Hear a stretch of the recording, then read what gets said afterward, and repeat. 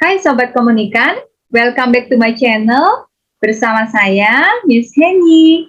Hari ini kita akan membahas mengenai teknik pengumpulan sampel dan kita berbicara saat ini fokus pada probability sampling. Pada tutorial sebelumnya, kita sudah mengenal adanya teknik pengambilan sampelnya ada dua, yaitu probability sampling dan non-probability sampling. Ya, sekarang kita akan perdalam masing-masing teknik pengambilan sampel. Yang pertama adalah probability sampling. Dalam probability atau random sampling, populasi memiliki peluang yang sama untuk dijadikan sebagai sampel. Jadi ketika kita menentukan probability sampling ada 5 caranya. Yang pertama adalah pengambilan sampel acak sederhana atau kita sebut dengan simple random sampling. Yang kedua, pengambilan sampel acak sistematis atau systematic random sampling. Yang ketiga, pengambilan sampel acak berstrata atau stratified random sampling. Keempat, pengambilan sampel acak berdasarkan area atau cluster random sampling. Kelima, area sampling atau sampel wilayah bertingkat atau kita kenal dengan multi-stage sampling. Yuk, mari kita pelajari satu-satu, kita pahami penelitian kita kuantitatif ini menggunakan sampling yang mana. Mari kita pelajari. Yang pertama, pengambilan sampel acak sederhana atau simple random sampling. Saya akan jelaskan secara perlahan supaya teman-teman bisa membedakan apa yang dimaksud dengan simple random sampling.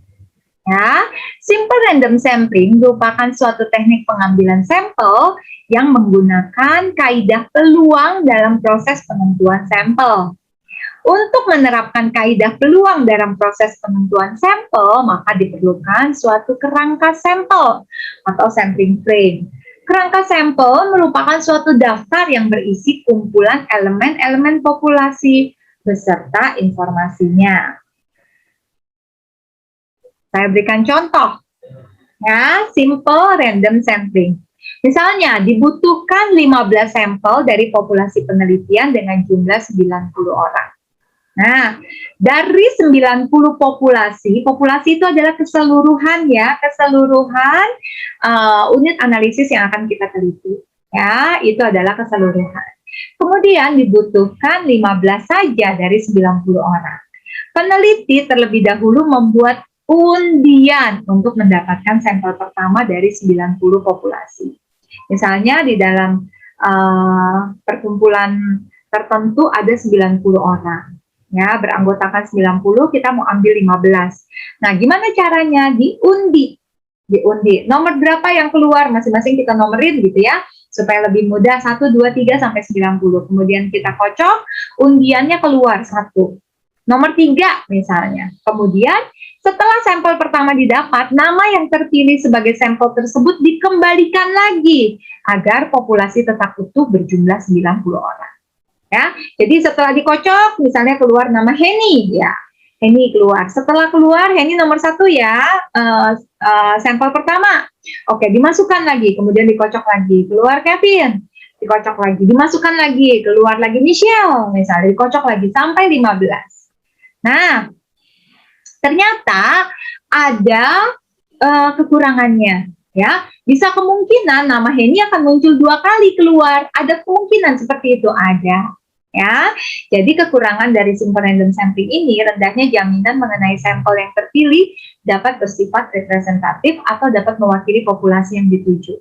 Jadi asal aja, gitu ya, dari 90 itu tidak ada kriteria-kriteria tertentu yang menjadikan sampel tersebut terpilih, karena itu memang random. Gitu. Siapa saja bisa berpeluang sebagai sampel.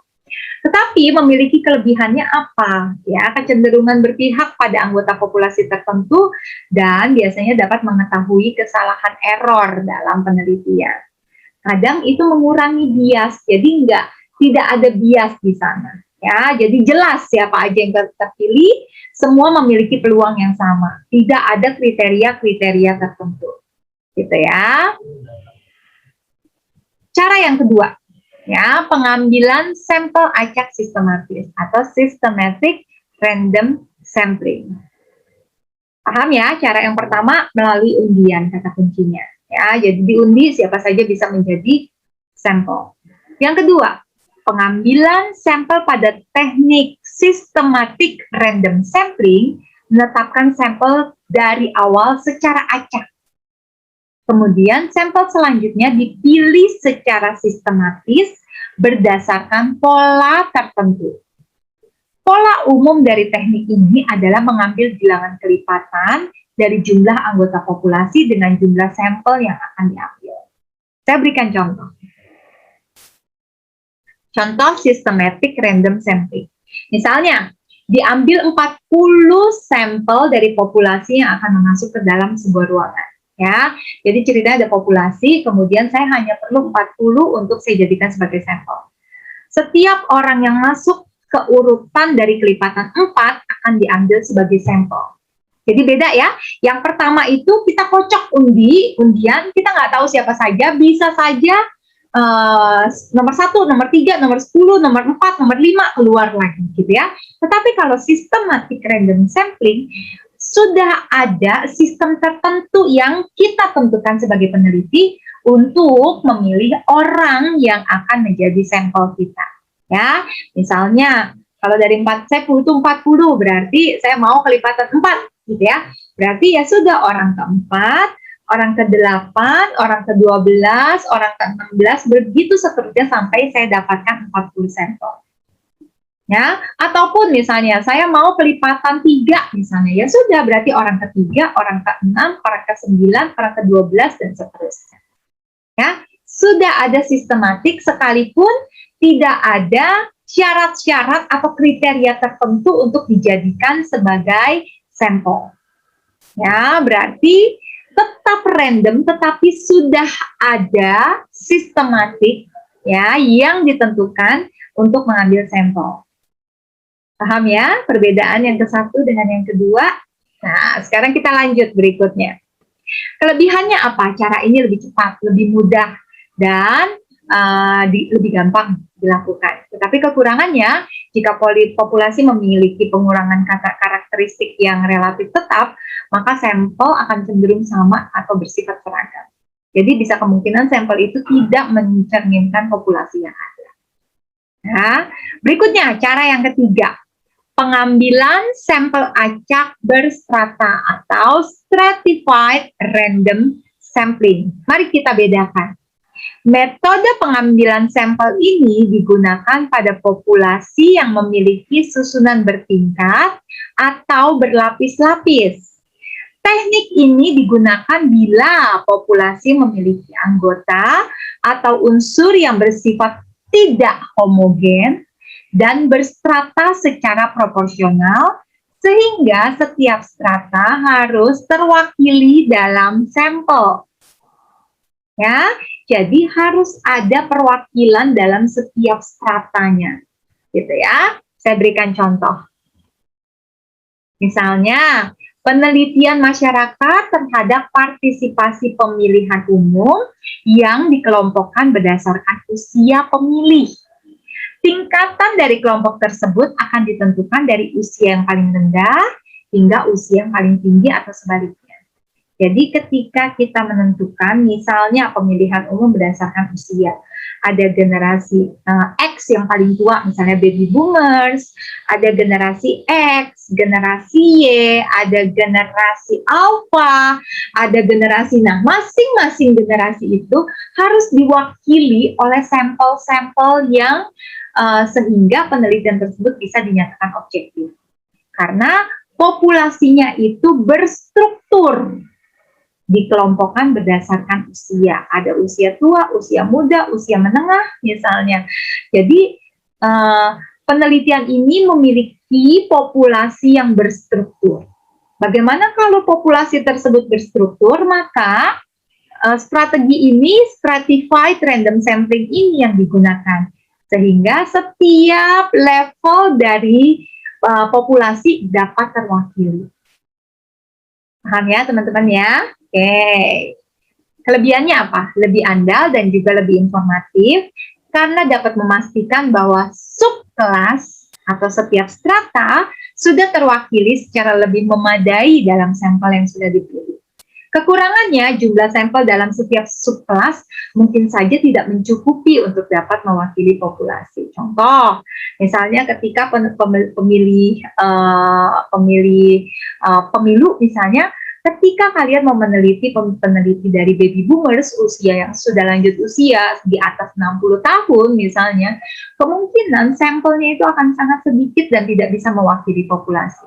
Ya, dari segi usia mungkin jumlahnya hanya sedikit yang sudah 60, 70, 80, 90 misalnya. Ya, itu adalah kekurangannya.